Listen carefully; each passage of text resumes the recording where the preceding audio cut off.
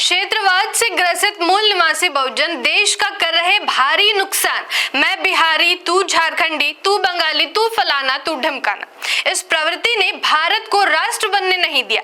संविधान की प्रस्तावना की शुरुआत हम भारत के लोग से हुई, मगर भारत की जनता में यह भावना अब तक समाहित नहीं हुई।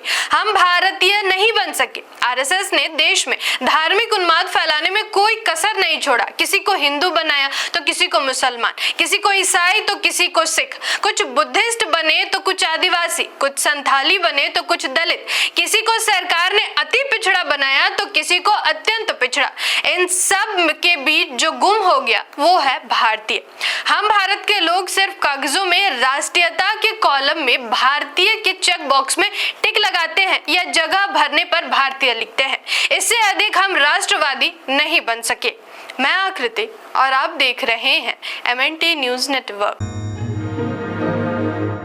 एक खोखला राष्ट्रवाद भी देश में जोर जोर से अपना डफली बजा रहा है और उस राष्ट्रवाद के नाम पर लोगों के बीच वैमनस्य फैलाना और दंगा फसाद करवाना है।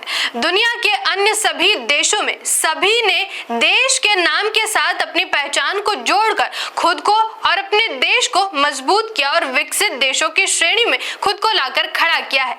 दूसरे देश से लड़ाई के वक्त हम दूसरे देश के नागरिकों को बांग्लादेशी, पाकिस्तानी, चीनी कहते हैं और उस पहचान से उनकी एक ताकत का एहसास हमारे मन में तो जरूर होता है, मगर अपने ही देश में अपने लोगों को टुकड़ों टुकड़ों में बांटने में हम पीछे नहीं रहना चाहते हैं। अक्सर खबर ये आती रहती है कि बिहारी को महाराष्ट्र, गुजरात, दिल्ली में मारा गया, यहाँ तक कि जिनको मराठी नहीं आती उनको भी महाराष्ट्र में अपमानित किए जाने की घटना आम बात हो गई है।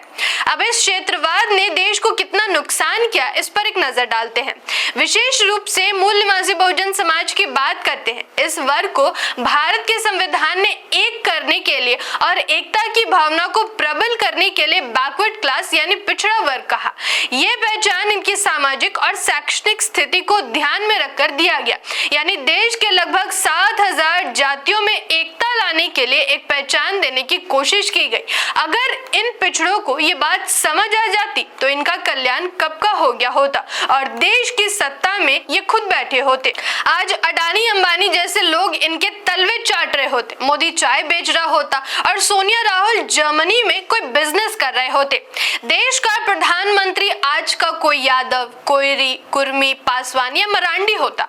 देश में अर्जक लोग देश की सेवा में लगे होते और देश तरक्की करते हुए अमेरिका, चीन और रूस की टक्कर में खड़ा होता। मगर देश में ब्राह्मण बनिया गठजोड़ वाली सरकार और मीडिया ने क्षेत्रवाद को फैलाकर इनको राज्यों की सीमा में लड़वाने में कोई कसर नहीं छोड़ा।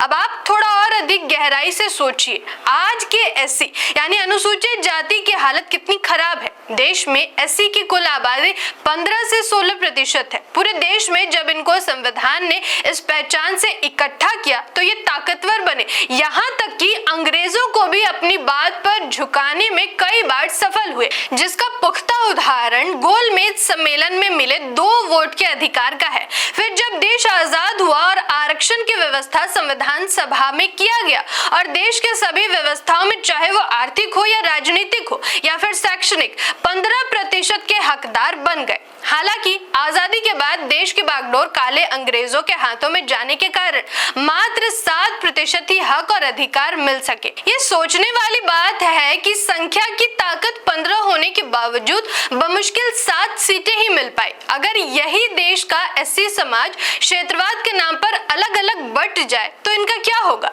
बिहार का एससी आज की तारीख में झारखंड के एससी को अपना नहीं समझता है और तो और खुद को बिहारी और दूसरों को झारखंडी कहता है।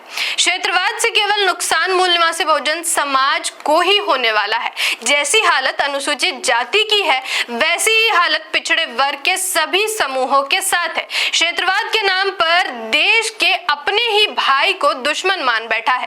बाबा साहब को बंगाल के नमो शूद्राय वर्ग ने संविधान सभा में भेजा, मगर आज इस वर्ग में वो भावना कहीं नहीं है। इस क्षेत्रवाद में सबसे अधिक फायदा आर्य विदेशियों को हुआ। देश के बाहर के लोग इस क्षेत्रवाद के नाम पर खुद को यहाँ का होने का दंभ भर रहे हैं।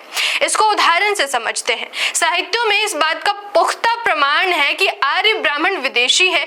यह खुद इनके पुरखों ने कई जगह लिख रखा है। जब देश में जोर शोर से ये बात चले कि शूद्र अति शूद्र इस देश के मूल निवासी है और सेठ जी भट्ट जी आर्य विदेशी है, और इसी को बामसिफ जैसे संगठन ने देश में स्थापित करने के लिए आंदोलन चलाया, तो ये घबरा गए और इन्होंने क्षेत्रवाद का सकूफा चलाया और इसमें मूल निवासी बन रहे लोगों को फिर से क्षेत्र के नाम से तोड़ने का काम किया।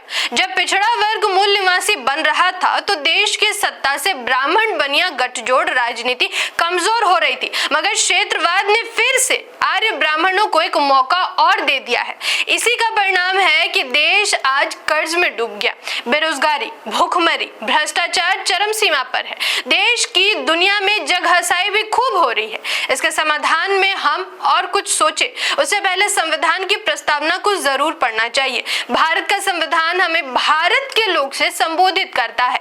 देश के लोगों को, विशेषकर मूल निवासी बहुजन को भारतीय बनने की दिशा में एक बार जरूर सोचना चाहिए। फिलहाल आपको यह विश्लेषण कैसा लगा और क्षेत्रवाद के बारे में आप क्या सोचते हैं, कमेंट में हमें जरूर बताएं।